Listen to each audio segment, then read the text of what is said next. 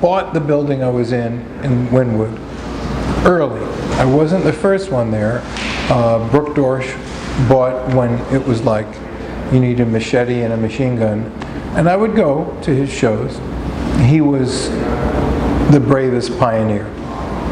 So other people came, and I bought this building early. Only one reason: great space.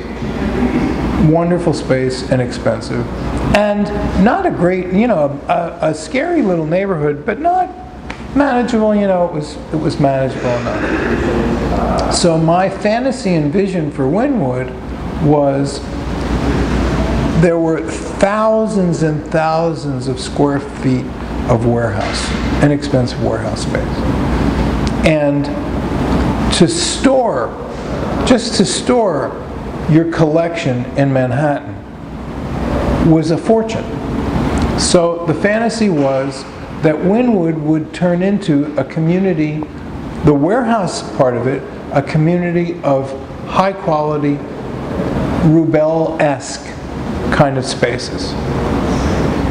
That didn't happen. You had Basel coming, and Basel would come over there, and all the people would come the first year, the second year, the third year, and they'd look around, and by the third year, the developers came in, started buying up property, and really didn't, they named it the Wynwood Art District. But that Wynwood Art District, that name, was a promotional tool for the developers to sell property.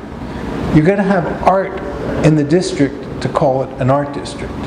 And we had some really bad fights about this because their motivation was simply, they would have been happy if it had turned into Madison Avenue or whatever, but it wasn't the way they just did it. They didn't know anything. They didn't know the difference between art and art. So they didn't make any distinctions or have any aspiration. Anybody who called anything art, you're in. Bring a food truck, sell your sneakers out of the back of your station wagon, whatever you want to do, let's do it. We're in Wynwood Art District. Well, by the third or fourth year of that, the Basel tourists started coming and said, we know what art is, and this ain't it. We're not coming back.